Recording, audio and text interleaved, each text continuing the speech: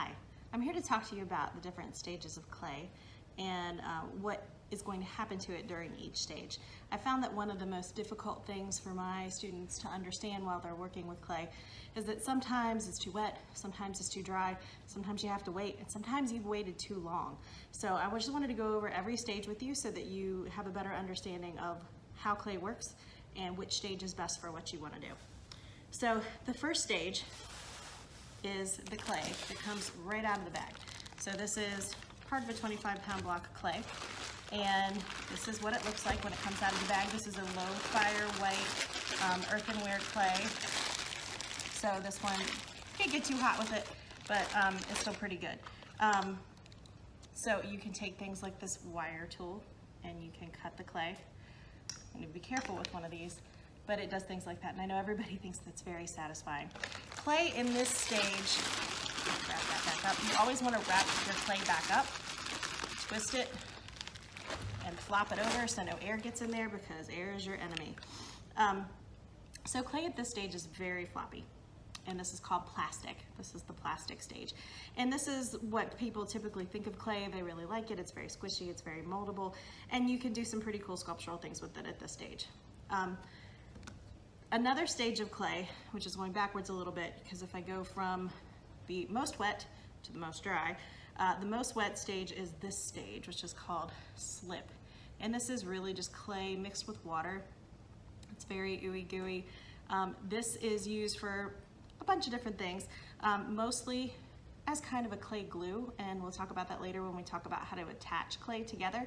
Another thing you can use it for is surface decoration, and you can also use it to make things with, but you have to have a mold to put it in there, so that's called slip casting. But most of the time people are just going to use it just as something to help put the clay together. So after you have made something in this stage, you might find that it's very difficult to get it to stay where you want it to. Okay, I can't even get it out of the bag. Mysteries of life. Okay. For real. Ah, I found it. I found it. Okay, so clay at this stage I kept it in the bag because I wanted to keep it really wet for you. So here is a circle that I made with a cookie cutter, and it is still very floppy. So if I tried to do anything with this, if I tried to use a tool on it, if I tried to carve into it, I don't know if you can see, but there's like little burrs coming out of it, and there's all kinds of stuff happening. The other thing is, if I use this thing called a fettling knife and I cut it, and then I tried to put those clay slabs together, sometimes it might be too floppy to really hold where you want it to stay. So sometimes you have to be really careful. Sometimes you can use these during that phase, and sometimes you can't. So you have to be really careful with that. So this is still in the plastic stage. The next stage that you can get to is called leather hard. So there's two different phases of leather hard, and you can do the soft leather hard and then regular old leather hard. So soft leather hard, you can still bend it a little bit. So this is really great for if you wanted to make it into a form. If you do this very gently, you know, you can curve it, but if you go too far, it's gonna start breaking. So here's what will happen in this leather hard stage. If I try to bend this, you see it just cracks open. So you have to be really, really careful with that. At this stage, you could still fix that, but it's gonna always show that crack there. So just be really careful that you're not letting it dry too much and you're not letting it dry too little before you start whatever project it is that you're working on. This stage, however, is fantastic for carving. So if you are a carving kind of person, which I know I am, you can use then the metal tools, and you can you know, put some fluting in there. You can use any of the tools to really add lots of detail. And because the clay is a lot more rigid, you're going to see that it will hold those marks very well instead of it squishing all over the place. All right, so this is that. So this is leather hard and then soft leather hard. All right, and that is a little bit harder than the plastic clay. So the next stage, which I find is where my kids like to have their pieces go. Can you see the difference? This is leather hard, and this is what's called bone dry.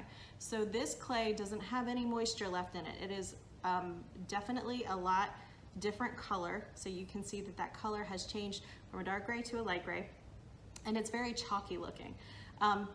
My kids, for some reason, will leave their stuff out and then think that they can attach things to this. You can't, okay? You can't do anything to this, and the big part about this is it's extremely fragile.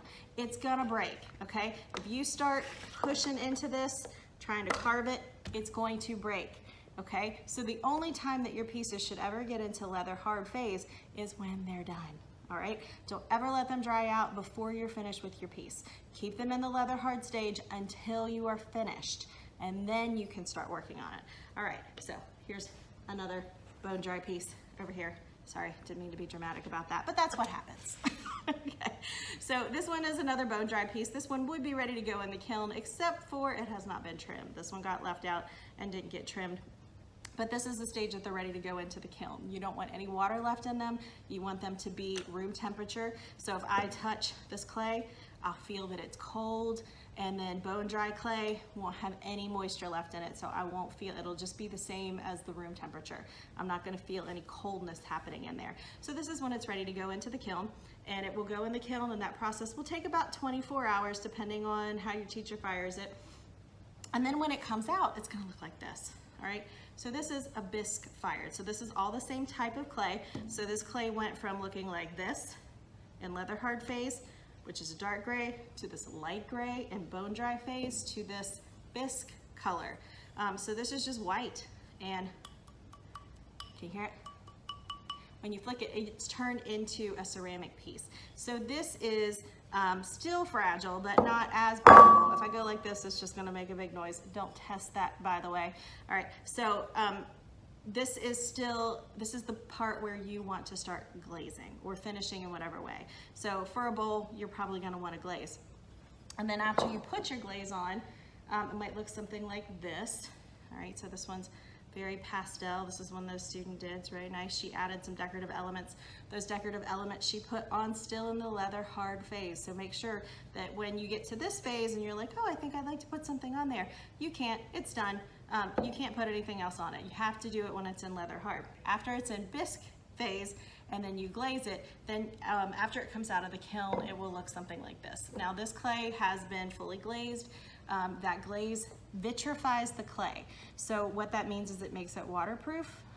So this bowl is ready for, if you wanted to eat something out of it or drink something out of it, you could do that. Wash it first, but you could do that. So here's, again, the different phases that you can go through with clay. So you have slip, ooey gooey stuff. You have plastic clay, which is very squishy. Then you have your leather hard clay, so that's soft leather hard. I can still move it around, but it is definitely still holding its shape. And then you have leather hard, which is going to snap, very good for carving. Then you have bone dry, ready to go in the kiln, but very, very fragile, very easy to break. And then after that, after it comes out of the kiln, you have your bisqueware, and then after you have glazed it, then you have glazeware. Once you know all the phases of clay, it will minimize your frustration and allow you to create the pieces that you want, the way that you want to make them. So a little bit of knowledge and a little bit of care goes a long way when you're making something out of clay. Happy creating!